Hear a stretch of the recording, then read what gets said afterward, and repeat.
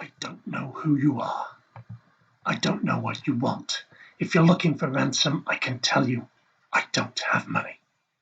But what I do have are very, very particular set of skills.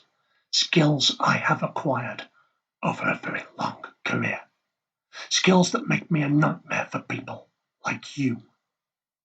If you tell me where my bike is, that will be the end of it. I will not look for you. I will not pursue you. But if you don't, I will look for you. I will find you. And I'll keep it up. Apart from anything else, really kills my throat doing my Liam Neeson impersonation. Hollywood has that kind of revenge fantasy, doesn't it? In all the films we see that somebody has something wrong done to them and they go out and they make sure that they do something back. But today I want to tell you about somebody who was hunted, somebody who was taken, but not for revenge, but for kindness. He lived thousands of years ago. His name was Mephibosheth, and he was the grandson of Saul, the king of Israel. As a child, he'd had to flee. His nursemaid had dropped him, and he was left crippled.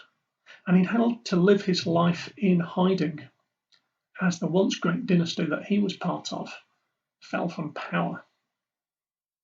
One day, there came the knock on the door that he must have dreaded all his life. It was the soldiers of King David. Had they come to drag him away, to kill him, to torture him? As it turned out, no. David took him into his presence. He restored his lands. He set him up. Even though he was disabled, he was given a living.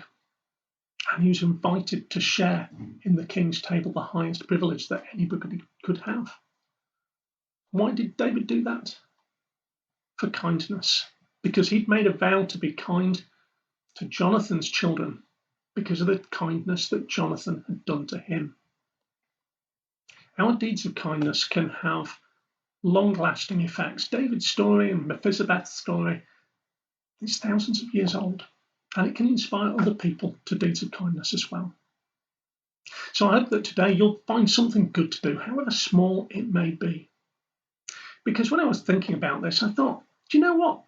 You don't have to have an A-level, a GCSE, anything to be kind.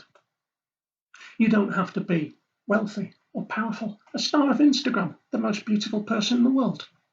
All you have to do is be kind. Don't look for revenge.